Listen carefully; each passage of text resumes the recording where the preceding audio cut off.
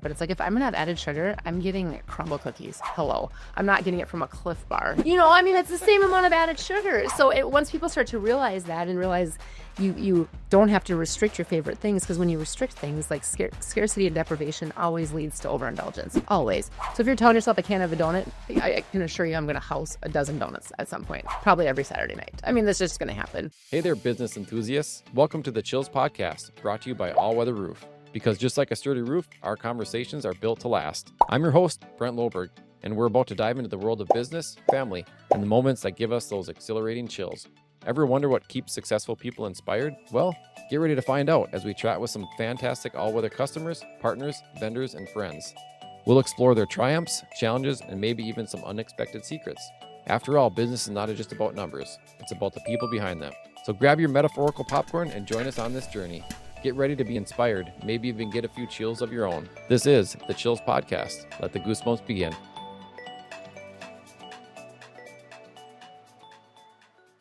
Let's introduce yourself and talk a little bit about your companies.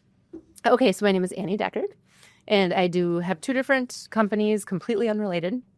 My first one is I'm an economic development consultant. So it's interesting, as I've been traveling, a lot of people refer to it as kind of an owner's rep. So basically, businesses hire me, predominantly manufacturers, when they're looking to grow or expand, help them find a good site, because if you've, as you know, kind of in the industry, a lot of times it's really hard to find the site that you need.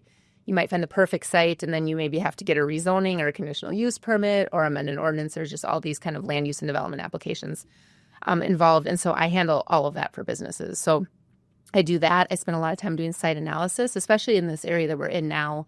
I work with so many manufacturers that will say, I can be in the Northwest Metro. It doesn't really matter where. I need 12 acres. Well, people don't realize you can find, 2-3 sites that may work for them. And depending on which county you're in, if you're underneath the Metropolitan Council or not, you can save significant money and or tap into certain incentives you're eligible for just crossing a geographical line. Okay. So I spend a lot of time doing that.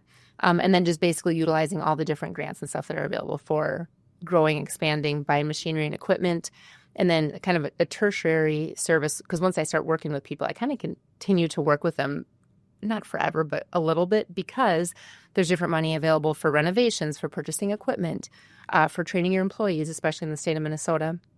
There's a ton of grant money available for, a CNC machinist or a registered nurse to job shadow, pay for an internship for, a kid to come into your business. Then you can send them to go to college. You can get an internship for that. You can pay to do customized training on site. So there's a lot of that stuff too. So that's my first business. So I've been doing that since 2012. Okay.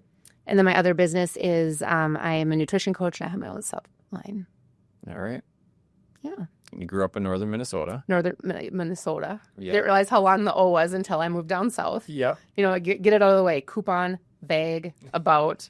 What else do people make fun of me for? A lot of things. Where? And then you say Minnesota. That's the thing. You can't just stop it. When people ask where you're from, and why is it that word? Yeah. I'm like, well, you say it. And then I go back and forth. Vague. Like vague. It never stops. So it's pretty funny. Yeah, exactly. So what made you go with the nutrition? Yeah, so it's interesting. So with my consulting job, and I work with businesses, but I also do a lot of work with nonprofits and units of government too. Because once you kind of understand how businesses speak, but how governments speak and work together, you can do a variety of different things. And I'd been doing that for quite some time. Gets pretty political at times, and then COVID happened. And kind of during that time, I thought, I'm kind of sick of doing this. It's funny, I think my parents... I drive my parents bonkers, because of what, every 5-6 years I say, I'm going to do something different. I'm going to quit my good government job, right? Because I started out in government and start doing a consulting business that no one can explain still. But during that time, I was, at home, of course, and then I was gaining weight, and then I was making me mad. And I thought, I'm too smart to let the number on the scale make me mad. And when I grew up, I was in gymnastics. And, as a woman, and now that I coach men too, I did every fad diet under the sun. We live in the age of Amazon Prime, where we think, I eat 2 salads and I go for a walk. Why don't my pants fit? And so I thought, this is dumb. And I took a bunch of different nutrition certifications, just to more teach myself the science behind food and fat loss and things like that. And I really enjoyed it. Saw a lot of changes in my own life, started unofficially helping my friends and family, and thought, I'm going to start a business. And so then I started that more as a side hustle, but now they kind of go back and forth of which one I give most attention to, because it's just I'm a standalone businesswoman. So Sure. Where'd you get your training? for the nutrition, Yeah. through NASM, which is the National Academy of Sports Medicine, and then NCI, which is a Nutritional Coaching Institute. Okay. So, and then I had purchased, I'm going to mind blank where it's from, all the training for a personal trainer, but the thought of learning every muscle and bone of your body makes me want to vomit. Like I start doing it to be a certified personal trainer, right? And I can't. There's so much biology and science behind the nutrition. Your mind would be, I feel like I should be a doctor with the training you have to go through to get these certifications. But then the kicker is now I've coached, because I do one-on-one custom coaching, and then I have like different group coaching programs and things like that people evolve to. And I've coached almost 100 people, and not one person has asked me if I'm certified in anything. Oh, but I can't have to sleep at night. I need to know that I'm like, I'm actually certified. Nobody cares. Absolutely nobody cares. So what are the lines in your supplement line? Yeah, so I have protein powder, pre-workout, super greens, and I just added BCAAs because I started supplements not intentionally, but it's a lot of work doing them, and I only offer things that are better than what's on the shelf because it is a lot of work and a significant investment. So I slowly have been adding them over the years. For example, a lot of people want me to add collagen peptides, like the vital protein, the blue thing. And I've experimented a little bit because I work and try it because I want to like it and I want to be able to take it. And it's just garbage. And I'm like, just buy the vital peptides because I can't make it better than that. Sure. And then just from what consumers are asking, because I sell direct to consumer and wholesalers as well, and everybody's been asking for clear protein. Are you approaching? I've heard of clear. Yeah, it's super trendy, and I think it's stupid. If you look at the nutrition label, there's nothing fancy about it. It's no more. In fact, it has a smaller protein ratio than my protein powder does. But I've experimented with, and it still looks like Elmer's glue, and I'm shelving that. I'm not going to offer clear protein. So sorry, everybody who's asking for it. Buy what's ever out there already. So why do people buy your? Is it whey? Yes, mine's whey. I have a couple of vegan coming down the line because a lot of people have asked for that. Because kind of the biggest thing to look at it tastes great, number one. Dissolves really well. Gotten a lot of good feedback on how well it dissolves, but the protein ratio is amazing. So the way to figure it out, and I tell people this, I'm the worst saleswoman. I'm like, send me a label. I'll tell you if yours is good or if it's made at the same facility as mine because I can tell. I said, look at the grams per serving, right? So mine's 32 grams. Okay, so when it says like 1 scoop or 2 scoops, and then you look at the protein per serving, and mine's 24 or 25. So that means the difference, which would be, 8 grams or am I doing my math? Somewhere. How's my math? I have degrees too. But so I need my calculator for that. Mine's between 75 and 77% protein, which is amazing because the rest is filler, right? And so you're going to need a little bit of filler. But if you look at, muscle milk, I probably shouldn't name it, but the main ones you see on the shelf, oh my gosh, they're 40%, maybe 50%. So nutritionally, if you break it down, you might as well have some egg whites and 3 Oreos because there's so much added sugar and the ingredients list is this long. So I use very minimal ingredients and the no added sugar, very low calorie, especially if you're trying to lose weight and build muscle. You want the biggest protein for your buck, right? Less calories for a higher amount of protein. And that's what mine is. Okay. Yeah. So where did you get the protocol for how you coach your people? I made it. Did you do it all yourself? I did. And it's funny is that, I think within any industry, especially as you start older, as an adult, I look now back about when I first started and I thought, oh my gosh, how did those people even lose weight? Because you just keep learning more and more. But sometimes you can know too much because you got to just dumb it down because when you get passionate about something, if it's not clear, I tend to give way too many details about everything. Sure. And people say, I don't care the science. I just want to put my pants on. Right. So I kind of over the course of time, I was in a really great position starting a new business because I coach. I'm a business coach through a grant program with the state of Minnesota too. So I help startup businesses start out. And the nice part, if you're looking to start a new business, I was in a great position where financially, this nutrition business didn't matter for me.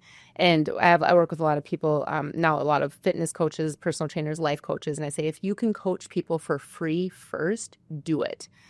Because one, you can kind of put together your systems and processes. You can see what works. You can see what doesn't work.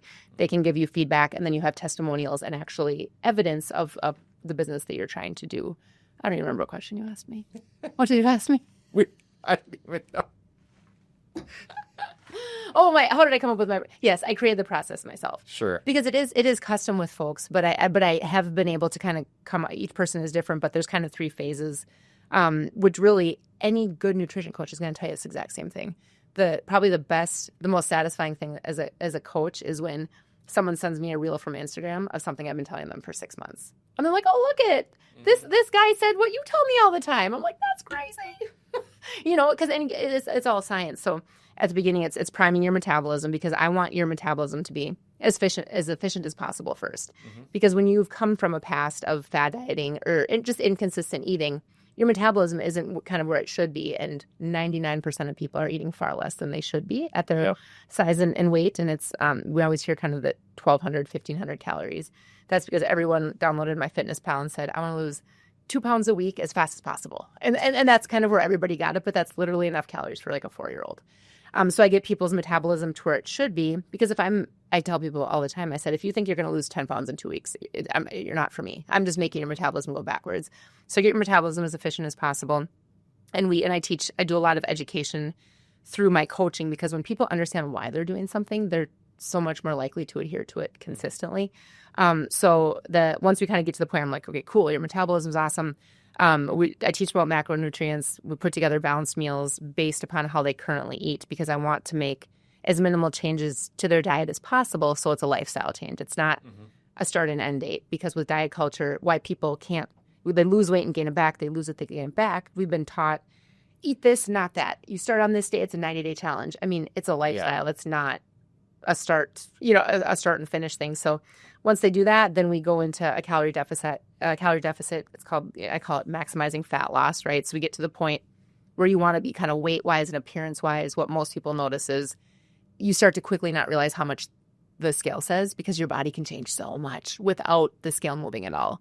Because muscle upon a fat weigh the same, but they take a significant proportion of your body differently. Pound muscle, golf ball, pound of fat, softball.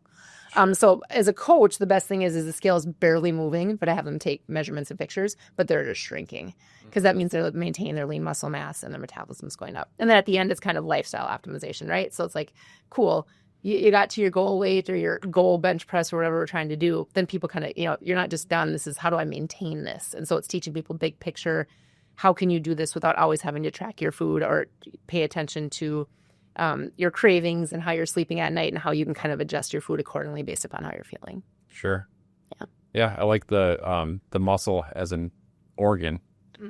And we talked a little bit about longevity, and I listened to Peter Tia and Dr. Rhonda Patrick, and just that the whole muscle mass thing is, it's wild. It's gained a lot of traction. Well, it's because it's real. I mean, it's true science, and finally, I think eating healthy is starting to be a little more trendy, because just in the last 5 years of coaching, I've noticed a wide variety of more healthier options in processed food, right? Ideally, you just want to eat whole foods, because our bodies were designed to run optimally, but that's not realistic.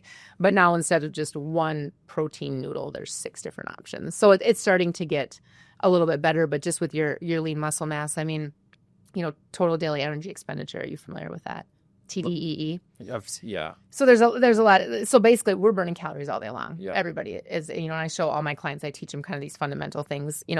About 60 to 70% of the calories you burn in a day are directly tied to how much lean muscle mass you have. Period. Right. Your exercise activity thermogenesis. That's EAT. That's your going to Orange Theory, going to work out. Right. That's 10%. Your food digesting is 10%. So literally, you basically burn the same amount going and sweating your. Can I swear? Yes. Okay. Like sweating your ass off at the gym, right? As you do just digesting your food. And then the other 15% is called non-exercise activity thermogenesis, NEAT. That's, going to get your groceries instead of having them delivered, taking the stairs instead of the elevator. Because we all kind of know those people that go to the gym constantly and then their body never changes. It's like, well, what's happening? Because they're sedentary, right? And they're doing insane amounts of cardio, and they're doing nothing to build their lean muscle mass. So 60 to 70% of their life, when they're just sitting on their ass, they're burning way fewer calories. So if you can focus on getting stronger, I've actually got a lot of my clients, their BMR, it's called your basal metabolic rate, that's 60%.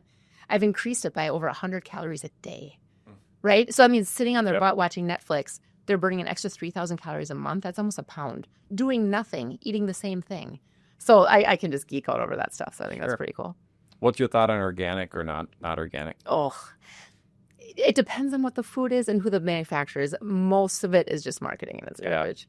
Because the same stuff, folic acid, it's all still tied in there. I mean, that's why nutrition's so confusing, is because it's just not black and white. I mean, grow all your stuff in your backyard. Can you do that? Yeah. I mean, because that's ideally where you want it. But Yeah. really, if 80% of the time you're eating whole and minimally processed foods, eat what you want the other 20% of the time. And that's a big psychological thing that a lot of my clients have a tough time with. So like they're sitting here buying the Kodiak oatmeal and all these healthy things. They have more added sugar than Oreo cookies in there. So I teach people a ton about, labels and ingredients to look at. But it's like, if I'm going to have added sugar, I'm getting crumble cookies. Hello. I'm not getting it from a Cliff Bar. Yeah. I mean, it's the same amount of added sugar. So once people start to realize that and realize you don't have to restrict your favorite things, because when you restrict things, like scarcity and deprivation always leads to overindulgence. Always. So if you're telling yourself I can't have a donut, I can assure you I'm going to house a dozen donuts at some point. Yep. Probably every Saturday night. I mean, that's just going to happen. So it's really interesting. The behavioral aspect of it is fascinating to me. I always tell the story of when I grew up, my parents had Coke in the house. They loved Coca-Cola. True blue Coke. What? Like not diet, not just Coke. Let's Coca-Cola go. Classic. Yep. And for me it was like every now and then I'd have a Coke. Yep. But when my buddies would come over, they're like, "Holy crap, you guys have pop?" Mm-hmm. Never had pop, and they're just like, it wasn't a big deal to me because it was always there. Right. Kind of what you were just talking about. Right. So, anyways, you have a lot of businesses, very entrepreneurial. Yes. Share with the audience a little tidbit of advice for starting a business, or what you recommend, or some hardships or things. Man, that you so many things. Okay. Well, definitely when you start out with there's so many things. One, you need to accept you can't do everything for your business. Now, granted, when you're starting out, if that's your only thing you're doing, you're going to be doing everything: your QuickBooks, your accounting, your marketing. Mm-hmm. But realizing you're going to have to invest a little bit, you need to figure out, you need to spend your time, what is the highest and best use of your time, right? Can I do QuickBooks? Yes. Do I love it? No. Does it take me forever? Absolutely. How about I pay someone $300 a month to do it for me? So then I have more time to, charge my billable hours or coach or whatever I'm trying to do. So realizing that you're not going to be able to do everything yourself. I also think, especially with any business, especially when you're starting small, but when you're doing something like mine, which really, besides my supplements, nothing I have is tangible. It's all my brain, right? At the beginning, I remember, because you're so out of your comfort zone, I would just negotiate against myself. I'd meet with you and say you wanted to hire me, and you'd say, okay, I want to, build this building, and how much do you charge? I'd be like, well, I charge this, but I do work really hard. And I think of, mm-hmm. is really pausing when you're selling yourself, because if somebody came to you, they're already basically saying, I want to give you my money. So it's yours to lose. Mm-hmm. So you have to be really careful with that. Also, know your value. Don't be scared to raise your prices. That was something that's been super, super hard for me. And then also just taking risks, and it's okay to fail. Because, I mentioned, I can't remember if we were talking on here, and I was work with a ton of established businesses, but then also a lot of brand new businesses, right? And so they'll get so scared to take a risk. And it's like, when I work with people, I'm like, what's your biggest failure? And they don't know. I'm like, then you're not trying hard enough at all, because you have to make big mistakes and big failures and then bounce back and not be scared to pivot. Because I think so often, and I'll work with businesses, that are maybe 2-3 years in, and they have this perfect business plan and all of these things, and it'll be the first time they're meeting with me, and I'll just say, like, this will never work. And it's like I took away their birthday. And I'm like, but you have to be willing to change, because you can think you know what your business is going to be. Or when I started consulting and then with my coaching, I made my website thinking this is what I would do. And I wasn't too far off, but you can't be devastated if it doesn't work out, right? Mm-hmm. Because you don't know where the market's going to lead, and you have to be okay to be able to pivot and fail and just get up and dust yourself off and keep going. Sure. There, bullet that out. I like it. Probably like 17 things in there. I like it. So the name of the podcast is called The Chills. Yes. So what in any of your businesses gives you the chills, those feel-good moments? Oh, gosh. Oh, there's so many. I would say, and this probably sounds very counterintuitive to the question you just asked me, but with my consulting business, I do a lot. When someone's going to build a new building, right, I kind of handle everything. All the public meetings, planning commission, council, do all the applications. Probably the best feeling even though it's a little offensive, is they'll forget to invite me to their groundbreaking. Oh, Because but then I know I did my job well, right? Because I made it so easy. I'm like, you really don't have to do anything. I'll have you come to the final meeting so you can thank the community and things like that. But ideally, if I'm doing my job right, you will never really hear about how any of this is going or the process. So that's the most flattering. I guess as far as the chills, not a huge deal, but with a lot of these businesses, it's so interesting how and again, which the business owner shouldn't know how to navigate zoning or change a zoning ordinance so they can move somewhere. But so many of my projects, they say we never would have done this if you weren't involved, and I just think that that's really cool because just the impact on the lives of the businesses and the employees and just the community around it. I've done a lot of work in the Elk River Otsego area, like where Gator Truck Center is and Sport Tech, all of those, that whole industrial park are my clients. And the Colburn's in Otsego and the PF Machine, all of those, like all working together. If like one of them wouldn't have happened, that whole area would have been developed differently. And I think that's just really cool to drive through and say, oh, this is cool. And then, people probably get annoyed. It's like, oh, we contributed to that MnDOT overpass. Sorry, guys. Things like that. So that part's just really fun just because I see so many businesses' growth stifled just because they're not sure what questions to ask or what process to do at the city level. Because they'll just call the city and say, hey, I want to build here. Can I? And they might get routed to the receptionist who best intentions, but she just says, nope, it's not zoned right. And then a community loses out with something big where she maybe just didn't read the zoning correctly. Sure. If that makes sense. So that for that. And then with my nutrition coaching, honestly, it's, and I hate this term, and if you guys can think of another term, I would love it, but helping people kind of find food freedom, like stop feeling guilty for eating things. I mean, one of my things my clients always, and I say them right away, I'm like, don't say good food, bad food. It has no moral value. It's not going to cheat on you. It's not going to like kick your dog.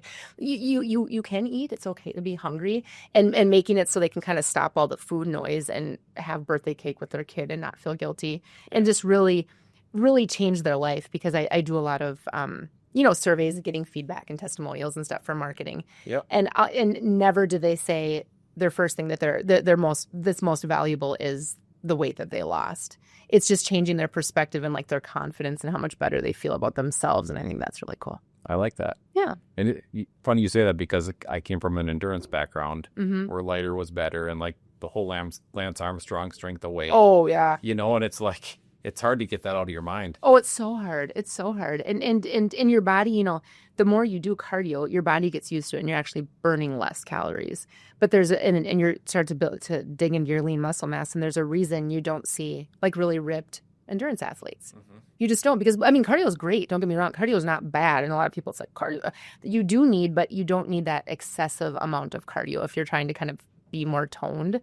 Because when you do cardio, it sends the signal to your body to build endurance, right? But if you're not eating enough, like I think I ran the Twin Cities Marathon in, 2015, knew nothing about nutrition. I eat 1,200 calories and like on my long runs, I take a shot of vodka before them to just mentally get through it, right? I don't even know how I finished it right now. I kind of want to run another one now that I know a lot about nutrition. Sure. But if you're not eating enough, again, your body's going to tear away at your muscle, which all that does is kind of slow you down. And so it's just hard to get out of that mentality. And I think we've just always kind of been taught to, eat less and you shouldn't be hungry. But once you start, the psychological hurdle is the hardest one for people to get over. Like you really can eat more because what happens when you get out of that and start focusing on protein and lifting weights, you're kind of telling your body, it's like, oh, he's actually going to start, eating the right amount that he's supposed to. And your metabolism becomes more efficient to use your food. And so it's actually, you're eating more and losing weight at the same time, which seems kind of counterintuitive, but that's just never what we've been taught because like being a nutrition coach, it's not this like wildly lucrative business because if I'm doing my job right, you work with me and then you're done. Like you don't come back. So I have to continuously get new customers. These fad programs like Optivia and about, Herbalife, like all this garbage that are so expensive, they restrict your calories so much so you don't feel as bad spending the thousands of dollars because you do see a change, right away. But then once you're done with it, when you go back to eating normal, you gain it back and then more weight so much quicker. But then you go back and do the same thing and give them more money like Weight Watchers. So it's a brilliant business model. But they teach you, it's like, oh, you do 60 minutes of cardio a day because they want you to see instant results. So you keep buying whatever product they're schlepping. And so they don't care about teaching you the right thing so that you can just actually not need them again. Because if I do my job right, I would never have to, I'd never have a client again. Yeah. But thank goodness for our society. And they just keep pumping out new shit they think people are going to buy. And even my clients I'll have because I have some people who've been with me for 4 years. From like an accountability standpoint, but they'll say, do you think I should try this? And I'm like, I don't say that word, but it's like, have you learned nothing from me? I'm actually offended that you sent me this stupid semi-glutide pill thinking it's going to help you get like a great ass. Yeah. This is more on a personal level. So I've done some ultra marathons, and there was brutal. There was a group of people that would do, they would train and race. They called it fat adapted, to where they're basically like fat or fat with a D. Fat, like fat adapted, to where they're basically just they're eating. It's kind of like the ketosis or whatever. Yeah. They're just basically eating high fat, not a lot of carbs. In running an ultra marathon. That's horrible. Do you know why that's horrible? That's crazy. Yes. Well, because so people are so scared of carbs. That's another thing. To get people to eat a potato or like a carrot because it has too much sugar. Tell me who's been fat. Think of like our parents and grandparents on the farm. Very few were fat. Mm-hmm. And they were eating lard and butter and apple pie. It's our body processes whole foods tremendously, but carbs are so important because they turn into glycogen and they help build our muscle, lean muscle mass, right? Keeping weight off, but they also give us energy. Mm-hmm. So like when you have no carbs in your body has to tap. It will tap into excess fat, and you do see, weight loss if you're doing keto to try to see your to try to lose weight. Which sometimes I think I've had 2 clients when they're pretty, have to lose 50, 75 pounds. Mm-hmm. Psychologically, I'll do a lower carb plan for them just to give them kind of the motivation to get started with. But big picture. Studies show, so carbs give us energy. So when people who are on keto are often like crabby and bitchy and super tired because our body taps into carbs, right? And especially if you're more fit or lean, it's just going to tap into your lean muscle mass and it makes you grumpy. But studies have shown when you take people, multiple studies, take 2 sets of people, same amount of calories, same amount of activity level, people that don't eat carbs, they'll see the scale drop quicker. But big picture, the people that eat carbs keep the weight off longer by far. Because another reason, especially with the scale, and being on a low carb diet or trying to go into ketosis, our carbs act as like a sponge in your body. So for every 1 gram of carbs in your body, and this is fruit, an apple, banana, rice, whatever, you retain 4 grams of water. So the water retention is there. So you go 2 weeks with 50 carbs or less, and you could drop 12 pounds on the scale, but it's not fat. Mm-hmm. It's absolutely not fat. It's fucking with the scale to make you think that you're losing weight. But some people, and this is where it's so hard because I can say one thing and it makes sense for you, but then it maybe won't apply to somebody else. But sure. Keto was designed for epileptic kids, right? Like that's literally what it was designed to do. And some people, it can work for them and they can lose weight and they can keep it off, but ultimately very few people can keep that as a lifestyle and psychologically not have it mess with them that they just won't have a beer if they want a beer or something like that, if that makes sense. Yeah. But for ultramarathon, no, you need so many carbs. I don't know how they probably would, if they would have done kind of a 30-30-40 is where I start most people out. That's with macronutrients. So like 40% is carbs, 30% fat, 30% protein. Yep. I'm starting out with that. As I work with people longer, like me personally, I don't eat a ton of carbs just because I feel better when I don't. I have like probably 120 grams of fat a day. I eat like 3,000 calories a day. And so, but I've noticed over time, when I do eat more carbs, I get more sluggish. So each person, it's a little bit different. Yeah. But when you're doing that amount of training, you got to be exhausted. They're passing out. I totally hijacked your story there talking about carbs. Get so excited talking about carbohydrates. For sure.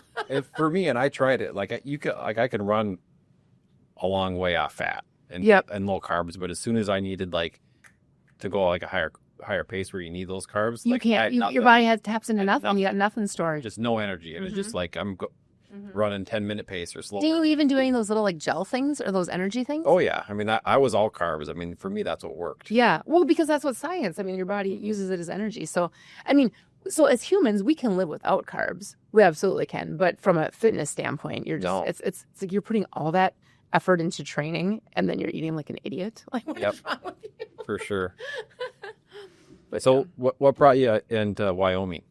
So I have a younger brother who lives in Wyoming. Okay. And I'm very proud of him. He's been promoted over the years. He actually just got another promotion. He's going to get mad at me if he listens to this and I say it wrong. He is the canine/interdiction team sergeant for the state of Wyoming. Okay. So he's been a canine handler for narcotics since he started there, and then he's got 3 little kids. So Presley, Harper, and Dalton, and they're 7, 5, and 3, and they're adorable. Oh, cute. And it's actually very funny. Last time I was there, when I visited them, so my brother's into health and fitness as well. Mm-hmm. And his little boy Dalton, who was 3, I often at night I eat.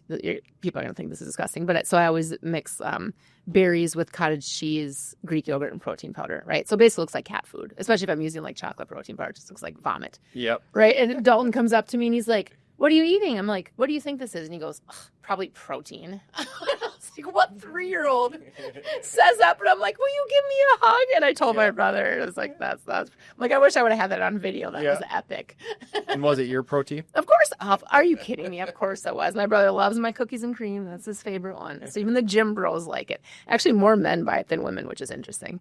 I don't know why I thought women would. I mean, it doesn't matter. Sure. You know, products are especially to females. It's like, oh, have this one for females. It's the same thing. It doesn't matter. Sure. Anything else you want to add or share? No, this was just wonderful. Thank you for having me on here. Yeah, this Had a is great super time. fun. Mm-hmm. Like talking about nutrition and everything. Oh, yeah. People should follow me on All Day Coach. Yeah. We'll put that and we'll link that on so people will be able to reach out. You get some massive protein orders. Yes, yes. This is fun. So yeah, thanks for coming out. Oh my gosh, of course. Thanks for having me. Yep. And that's a wrap, folks. A huge thank you to our incredible guests and, of course, All Weather Roof for making this podcast possible. If you enjoyed these conversations as much as we did, don't forget to hit subscribe and share the chills with your fellow business aficionados. Remember, it's not just about business, it's personal, and it's all about the people. Stay inspired, chase those dreams, and let the chills guide you. Till next time, this is Brent, signing off from the Chills Podcast. Catch you on the flip side.